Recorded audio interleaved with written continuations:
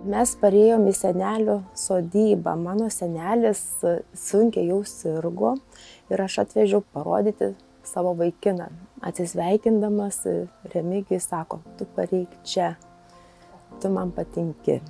Pradėjom nuo šiltnamių. Šiltnamius turėjom ilgokai irgi, jau buvo apie 40 arų. Ir lygiai tą patį, ką ir dabar darom, prekybą leidom iš ūkio tiesiai iš namų. Ir kažkada tie blogi laikai su šiltnamiais. Žmona pradėjo svajoti sūrį daryti. Turėjom ir tuo laiku karvių, 10 karvių. Pradėjo eksperimentuoti, pradėjo daryti sūrius. Gaminti, pamatė, kad išeis. Sūris yra paprastas varškės sūris. Pasistatėm krautuvėlę prie namų, buvo visokių idėjų, galvojom mieste prekiauti. Ten mum iš karto pradėjo diktuoti sąlygas nuomininkas dėl kainų.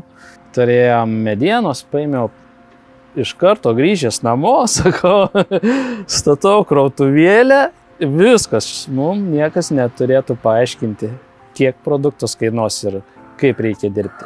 Mes labai gerai jaučiamės, komfortiškai jaučiamės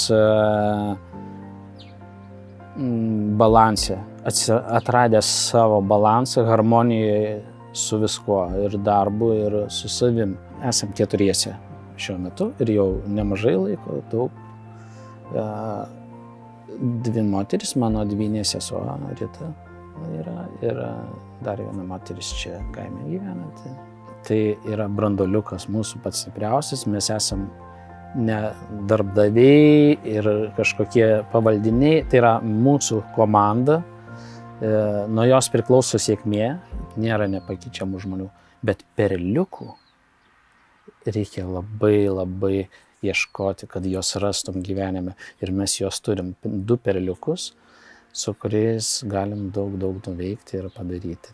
Pasidalinti darbus, kad nepadarys vieno viską, nes persitempsi, pervargsi ir tai, ką tu darai, tau turi džiugesį teikti.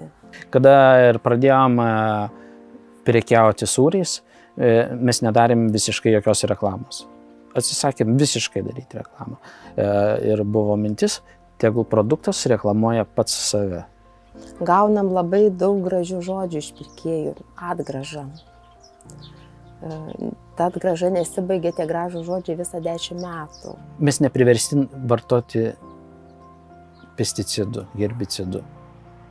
Mums jų nereikia vartoti. Mes nenaudojam šitų produktų, nes mes nesiejam, nereikalinga mums tai daryti. Mes tik šienaujam ir viskas. Labai gaila, Lietuvoje nyksta gyvūnėliai ir jie atsiranda dideliuose fermose, dideliuose ūkiuose, kas yra kitiem nebeprieinama prie jų. Kada pasako, kiek primilžiai, toks kažkaip nejauku pasidarė, šiurpuliukas praėjo. Mes neskaičiuojam, kiek mes primilžom iš karvės. Gal mes labiau žiūrim į karvę, kiek jinai ilgai galės gyventi pas mūsų. Arkliukai yra labai artimi širdžiai, jaunystę prisiminti. Kaip tėvas bulius vagodavo, įsėdęs vaikas ant arklio sėdėdavai, jisai visas suprakaitavęs, šlapęs, nugarą šlapė, tam prakaitė, tu sėdi vaikas.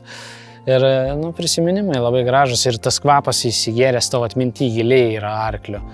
Kad atvažiavęs žmogus, jisai akis paganytų, vaikučiai, ir buvo antrapus kelio karvutės mūsų ganėsi, tai tokia močiutė atvedė anūką parodyti, kaip tas piens atsiranda, kaip karvutės melžiasi. Ir ta tokia, kitą kartą net ne sūrio atvažiuoja, gyvūnėlių pasižiūrėti tik tais.